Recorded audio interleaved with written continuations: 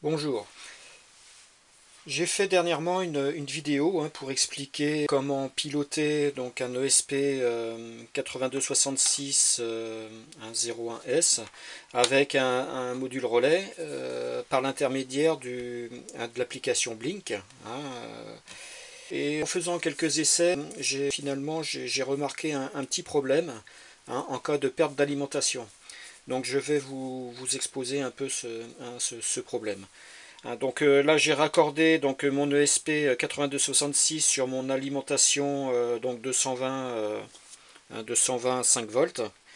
En sortie du relais j'ai raccordé un multimètre en position buzzer, continuité, et donc j'ai allumé mon téléphone pour piloter l'ensemble avec l'application Blink. Donc je vais mettre sous tension le module. Je vais le brancher. Donc on a attendu déjà une première impulsion qui a un battement du relais. Et au bout de 6 secondes, on voit que le contact NO, donc à fermeture du relais, il s'enclenche automatiquement. Alors que je n'ai rien fait au niveau de mon téléphone. Donc si je veux arrêter cette sonnerie, j'appuie sur marche et après arrêt. Donc finalement, c'est un petit peu embêtant parce que le récepteur que je vais brancher donc en sortie de me relais, si j'ai une coupure d'alimentation et une remise sous tension, et automatiquement le récepteur va se mettre en position marche. Pour l'inhiber, je suis obligé de faire la manœuvre que je viens de faire. Et pour cela, il faut déjà que je le sache, parce que si je suis à l'extérieur, assez loin de mon module, je ne serai pas forcément au courant. Suite à ça, là, donc après on voit que si j'appuie sur marche, ça marche bien. J'appuie sur arrêt, voilà. Donc finalement après, il reprend son cycle normal, on va dire. Ce que je vais essayer de faire, c'est de gérer un peu ce problème, et je vais faire quelques recherches pour que cela ne se produise pas là. Bon, voilà le programme qui a été modifié, hein. Donc les principales modifications se trouvent dans le void setup et dans le void loop. Donc on va commencer par au niveau du setup.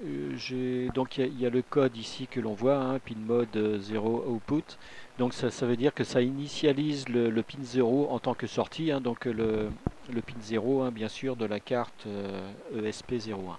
La deuxième ligne du setup, ça évite que la deuxième impulsion du relais au bout de 6 secondes, parce que ce qui s'est passé au départ, c'est que on avait vu enfin, donc il y a une première impulsion qui s'effectue lors de la mise sous tension, et ce qui se passait ici, il y avait une deuxième impulsion au bout de 6 secondes. Donc là, ça évite cette deuxième impulsion. Ensuite, côté console de débogage et autres, là, ça n'a pas changé. C'était déjà dans le programme initial. Ensuite, cette partie-là, ça veut dire que tout le code qu'on place ici s'exécutera lors de la valeur de la broche virtuelle, lorsque la broche virtuelle changera. Donc ici, le choix, on voit bien entre les parenthèses. Moi, j'ai choisi la pin virtuelle V1. Ensuite, il y a une fonction si, donc si le switch est activé, ça mettra la broche numérique donc 0, puisque c'est celle que j'avais définie dès le départ au niveau de mon ESP. Elle sera haute, sinon elle sera basse. Au niveau du void loop, blinker run, ça ne change pas, ça y était déjà. Et ce qui a été rajouté, c'est blink connected. Et puis donc après, donc la ligne en dessous, c'est ce qui provoque l'exécution de l'écriture blink sur la pin virtuelle, donc V1, puisque c'est celle que j'ai choisie. Cela force donc le serveur de blink à envoyer la dernière valeur de la broche virtuelle V1 lors du redémarrage. Et c'est ça qui justement n'était pas à l'origine. Bon voilà, alors j'ai fait toutes ces modifications, c'est grâce aussi, j'étais dans la communauté Blink, et j'étais pas mal aidé par des personnes pour arriver à ce résultat. Bon, maintenant ce que je vais faire, je vais vous faire voir comment modifier au niveau du téléphone l'application Blink, les paramètres. Et puis je vais ensuite téléverser ce programme et puis voir ce que ça donne. Bon, maintenant je vais téléverser le programme dans la carte. Donc ce que je vais faire, je mets la carte sur mon adaptateur. Voilà. Et contrairement à ce que j'avais fait au départ, là, j'avais mis deux fils. Là, j'ai mis carrément un petit bouton poussoir définitif, hein, de façon à pouvoir booter hein, ma carte directe lorsque je lance le programme. Hein, donc j'ai juste appuyé dessus sur ce petit bouton poussoir quand je vais l'insérer dans le port USB. Donc c'est ce que je vais faire maintenant. Je vais le mettre ici, je le prépare, j'appuie sur le bouton poussoir, je l'emmanche, je lâche. Voilà, donc il est prêt maintenant à téléverser. Donc ce que je vais faire, je vais aller dans le... hein, au niveau de... Et là je fais téléverser. Voilà, donc c'est parti, on le voit ici. Il compile. Il se connecte et là maintenant il est en train de téléverser tout le programme dans mon ESP.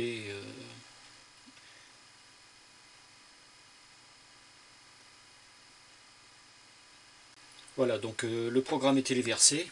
Maintenant j'ai juste à reprendre mon ESP et puis à le mettre dans mon module ESP, puis on va voir ce que ça donne. Donc, je vais le mettre dessus. Voilà. Et puis maintenant je vais raccorder hein, donc mon multimètre dessus et puis on va voir ce que ça donne.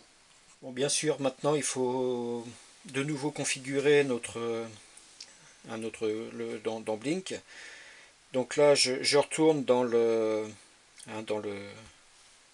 l'ancien code. Hein, donc on voyait que j'étais sur le GP0 en switch, hein, donc en bouton marche arrêt. Je vais donc changer ce paramètre. Hein, donc avant j'étais en digital, maintenant donc comme j'avais précisé en virtuel, et je prends comme pin le V1. Je fais OK. Je laisse en switch, hein, je reste aussi en front montant, hein, de 0 vers 1. Et puis donc je valide et voilà. Donc maintenant il est prêt à fonctionner avec en mode sur une pin virtuelle et la pin V1 hein, comme on l'avait mis sur le programme. J'ai de nouveau branché donc mon module hein, sur donc sortie du relais hein, sur mon multimètre en position continuité. Donc les paramètres, hein, comme vu précédemment, ça a été changé aussi dans Blink. Et donc je vais maintenant brancher l'alimentation hein, pour voir ce qui se passe par rapport au nouveau programme. Donc là je viens de brancher, on a entendu toujours ce petit clic hein, du relais à la mise sous tension. Et on constate que ça ne fait pas la même chose, hein, puisque le récepteur, hein, on ne l'entend pas biper, ça veut dire que le contact s'est pas fermé à ce niveau-là. Donc là, on voit que tout fonctionne correctement, hein, contrairement à tout à l'heure. Et si mettons, je suis en mode marche et puis il y a une coupure de courant, c'est ce que je vais faire. Voilà, donc j'ai coupé, je vais remettre sous tension. On entend le petit bip, là, la mise du relais, hein, le battement du relais. Et au bout de à peu près 6 secondes, hein, donc il s'est remis dans la position avant la coupure de courant, c'est-à-dire en mode marche, et il suffit que j'appuie pour arrêter. Si je refais la même chose, hein, donc alors qu'il est arrêté, hein, s'il y a une coupure de courant, voilà, maintenant je vais remettre.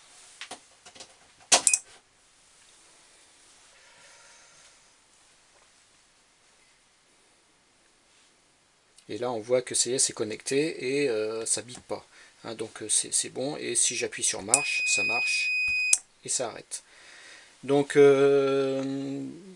ça y est, c'est résolu à ce niveau-là. Le seul petit problème, c'est cette petite impulsion à la remise sous tension qu'on va entendre ici. Voilà, cette petite impulsion, parce que dans le cas où je prends non pas un interrupteur mais un bouton poussoir, hein, qu'est-ce qui risque de se passer quand je vais brancher? Ça risque éventuellement Si mettons ce bouton poussoir est fait pour actionner une porte de garage ou autre, hein, ce que j'ai peur c'est que ça à la remise sous tension du module, et ça alimente donc l'ouverture de la porte de garage. Ah. Mais concernant autrement côté interrupteur, bon, ça marche maintenant. Voilà pour cette vidéo. Ce nouveau programme est bien adapté pour une perte d'alimentation d'un ESP01S. Par contre, pour un bouton poussoir, c'est pas encore génial puisque, comme vous l'avez vu, lors de la mise sous tension suite à une coupure de courant, il y a quand même ce petit bip là, donc ce battement de relais au départ, qui fait que dans le cas d'un récepteur branché sur le 01S qui a été réglé sur un bouton poussoir, le récepteur risque d'être alimenté lors de cette impulsion. Donc cela résout bien pour un récepteur raccordé sur un interrupteur mais pas sur un bouton poussoir. Donc je vais arrêter là pour cette vidéo, hein, mais je pense que je vais en refaire une pour voir ce que je peux faire côté bouton poussoir tout en gardant un ESP01S. Sinon, hein, pour un raccordement sur un bouton poussoir, autant utiliser autrement un ESP32 ou Vemos D1 Mini ou Pro, prenant d'autres broches comme les broches D1, D2. Je vous souhaite à toutes et à tous une bonne journée. Au revoir.